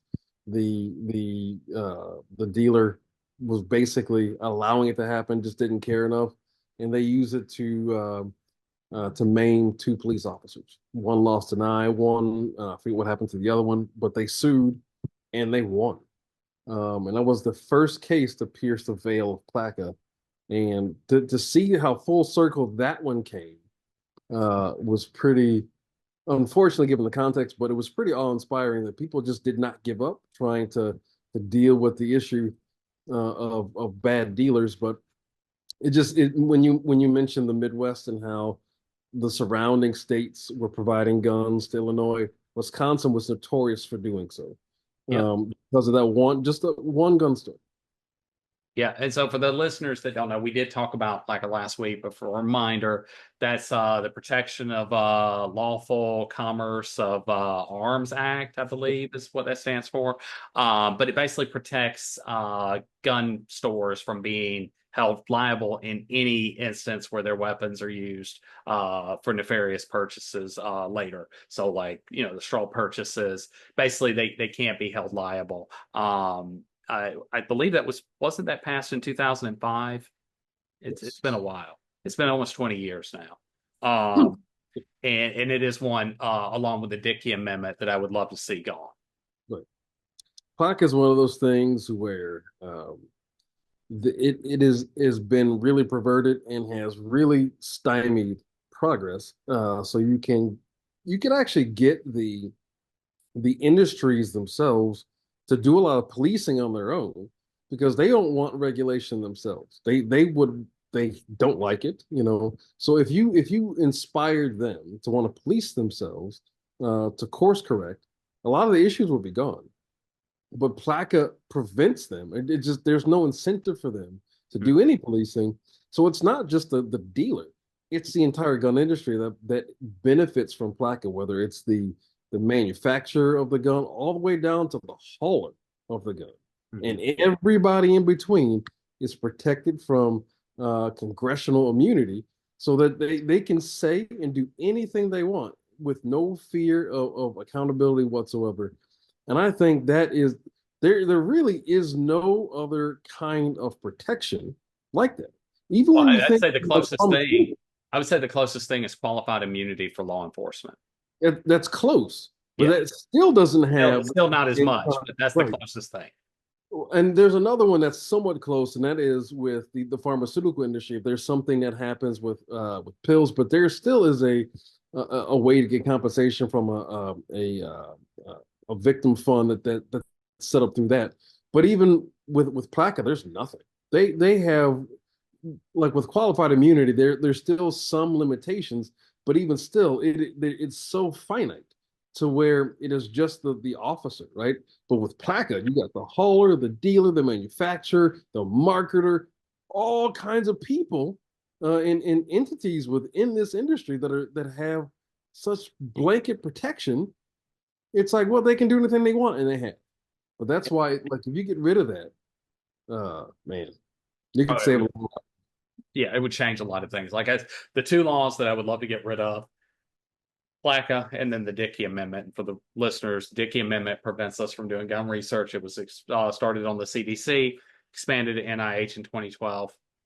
But basically says that if they fund any research that is then turned around and used for gun control. So if they funded me and then someone years later took my research that was published to Congress and said, this is why we need gun control, the CDC and NIH could be stripped of all federal funding. So then they're not able to research anything, right? Which has basically been considered a moratorium on gun research, which is why we're always arguing basic associations. We have 20 years of data on the CDC website right now, and all 20 years show states with stricter laws have fewer gun deaths. I can't tell you why that is. I can't tell you what law it is that actually is like, what combination of laws or what singular law it is that makes those deaths lower.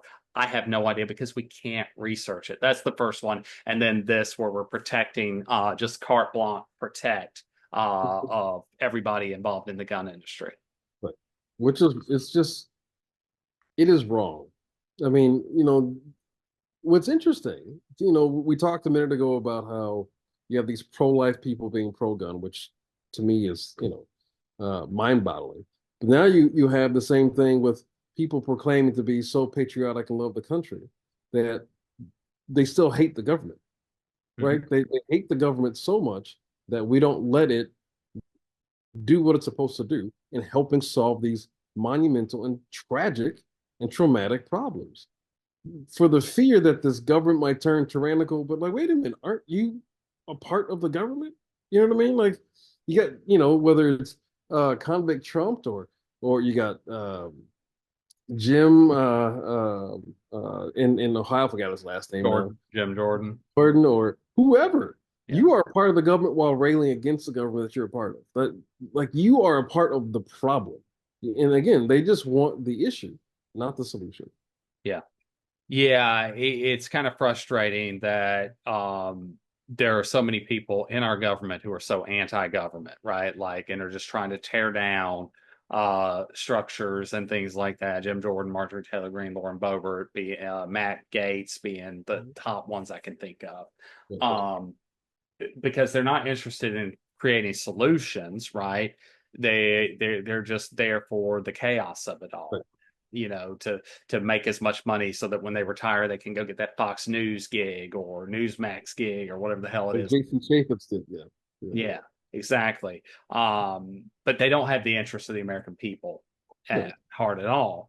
And I think that's the turning point in our government, like, to kind of shift gears just a little bit, right? Like, in the past, we could point out evidence that racism and other things drive like policy on the right, especially, right? Like, both sides are guilty of that, but the right especially, right? Ronald Reagan, for instance, as governor of California, banned open carry because he was afraid of the Black Panther Party, right?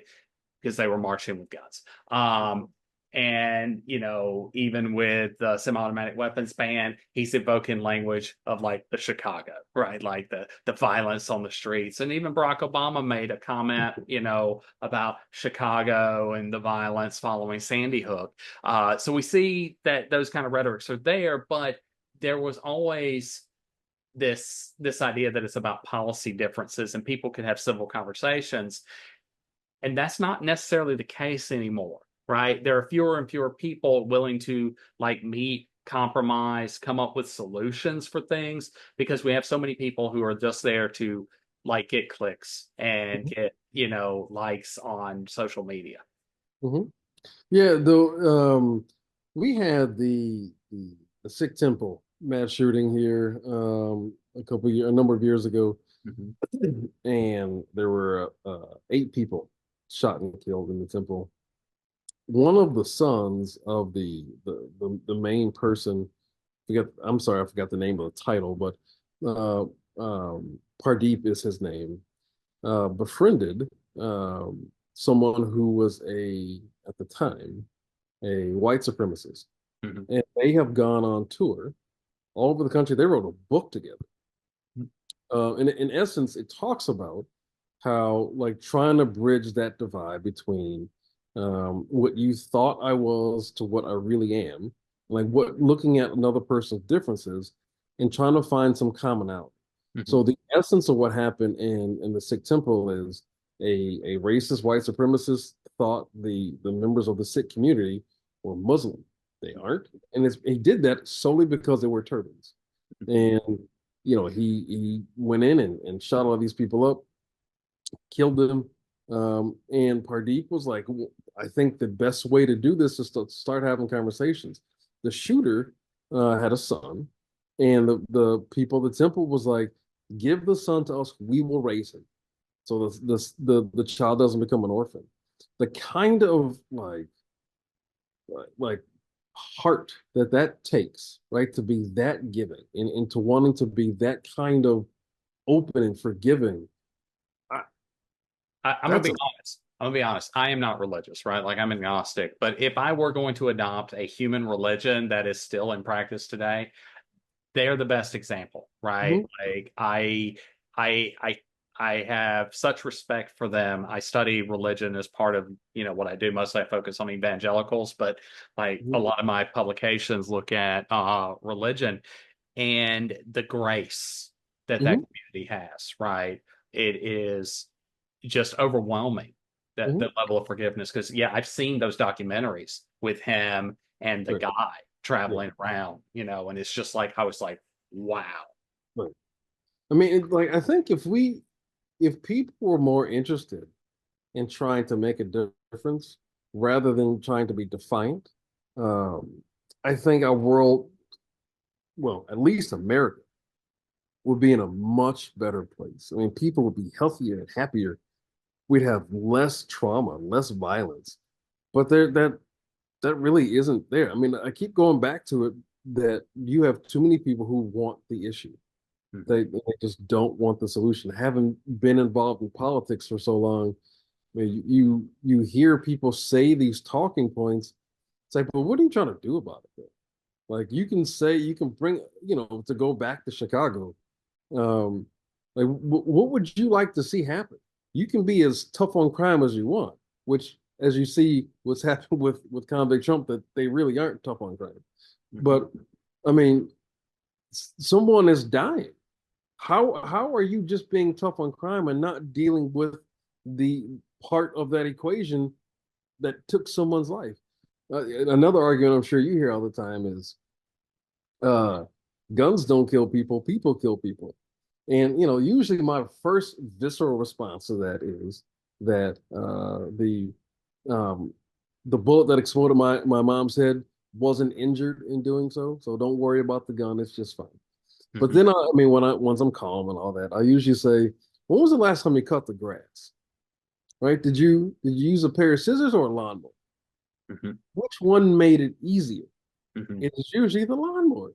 I mean, unless you're like, maybe you're an artisan and you want to go out there, you actually want to cut your lawn with a pair of scissors, but you'll be out there for a while. Yeah. And that's analogous to your point earlier about the mass stabbings. It's the same thing. One is a more efficient killing machine. Yeah. I do like to, when they bring that up, though, I do like to bring up the lawsuit against 6 Hour, where they have a gun that just randomly goes off. It can be laying on a table and it can just start shooting, or in a holster and go off like because it was used by law enforcement nationwide, adopted by law enforcement. There's a massive lawsuit against the 6 Hour company for having this gun that would just shoot people at will, randomly. And there are stories every year, very small, but there's, tens of these events where a gun is in a place, no human hand is touching it, it goes off. Usually no one is injured, but it does happen. People do get injured, do die from that. But it's a disingenuous argument because most of the gun laws aren't even aimed at the gun. It's at the person who might be buying the gun, right? Like I'm trying to regulate you. I'm not trying to regulate the gun itself, because I'm not really into bans, right? I don't think, yes, the semi-automatic weapon ban worked. We know from the data there was like 7.2 deaths per year before the ban went into effect, dropped to 5.4 while the ban was in effect. It's like 35, 40, a year now, right? And just keeps growing and growing as mass shootings get more and more out of control. We know it works, but at the same time, I don't think it's necessary. Right. I think there are things we can do, like we mentioned earlier about the no-fly list, mental health checks, better, more rigorous background checks that can reduce these kinds of events. But those aren't regulating the gun. That's regulating the person who could get a gun.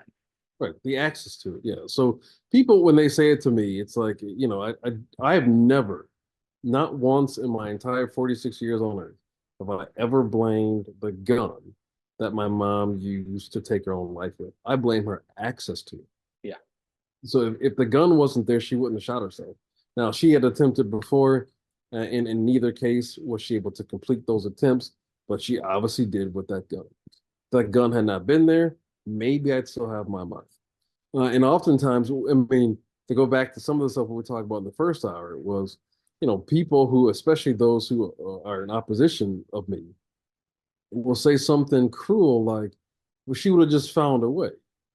Well, now you want me to imagine or hypothesize about another way my mom could have ended her life. Like, could you get any less human in doing so? But if you remove the gun from the equation, I have at least a better chance of my mom still being. And that is true for nearly all the other people who have attempted with a gun. You remove that means you have a better chance of keeping it. And I think people are getting to the point where the cruelty is the point. Like they just like being mean. But that goes back to the earlier point that you made about toxic masculinity, where we equate being tough and mean with being a man. Like, no, it's not. That's not humane. That's not being a decent person. And you'll often find there'll be the same people who want to profess how Christian they are. Yeah. I'm a Christian man. Well, one of our papers that we published on Donald Trump was called "Valorizing Trump's Masculine Saw Self." that, yeah. Yeah, and it's, it talks about that very thing, that they like Trump because of that attitude. All right, so we're winding down to the last 10 minutes. Why don't you take the next 5, 6 minutes, give your final thoughts. Floor is completely yours. I won't interrupt you, and then I'll close this out. I think honestly, our country is in a much better place than it was 10, 20, 30 years ago in a variety of aspects, but especially as it relates to gun violence prevention. I think there are a number of groups, both nationally and locally, who have learned how to advocate on the issue effectively, learning the right terms to use, learning effective means to communicate, learning who to talk to, and learning whose voices need to be elevated. For too long, you'll only see the spokespeople of an organization rather than those of us who are the actual survivors of the thing you were trying to prevent. But more and more organizations are now really pushing survivor stories and voices to the forefront. So we are the faces of the conversation. When you talk about gun violence, too many times we're talking about the issue in an abstract term. You're looking at it in a pure black and white substance, almost like you're just looking at it statistically. But there are faces to this issue. I am one of the faces of gun violence. My mom, Joyce, completed suicide with a gun. There are too many stories like hers that you'll never hear about. It happens every single day. More than 50 people complete suicide with a gun every single day. More than there's about 90 some people that die a day overall from gun violence that we don't even talk about. And I think it's time we look at people and talk about their stories, not just the ones that are shot and killed, but those that survive, the family members that survive, and talk about it. Let them be the voice of the issue to give them the chance to turn their tragedy into something good. So you have fewer and fewer stories that sound like mine, because I trust me when I tell you, and you don't ever want to take a step in my shoes. Yeah, no, I mean, I think it's a great way to kind of end out, because when Brett and I, sat down and, wrote this out, like, this is what this radio show was going to be, it's exactly what you just said, right? Because too often the focus is on the people who commit gun violence. And when we talk about victims at all, it's like, oh, this person, a child was killed or a person died. We don't name the victims often. We don't name the survivors, right? Like, it's like victim number 42. There are stories about Brett's son, Uzziah, that they don't name him. They just said, there were 22 people killed, including so many children, never naming any of these people. And that, I think, adds a layer of abstraction, which then allows people to kind of like ignore it, right, and become complacent with it, because it's not humanized. And that's a lot of what this radio show set out to do, is to kind of humanize some of those elements. Mhm. So we're going to go ahead and end here tonight. I want to thank everybody for sticking around and listening to us. We will be back next week. Eventually, hopefully, we reach a point where we have no more stories to tell. But until then, signing off. This has been Stories from the Cold Dead Hands with Dr. Benjamin Dowd-Arrow and Brett Cross. Hopefully one day we will not have any stories to tell. But until that day arrives, remember to love one another and be kind to each other. Until next week, signing off.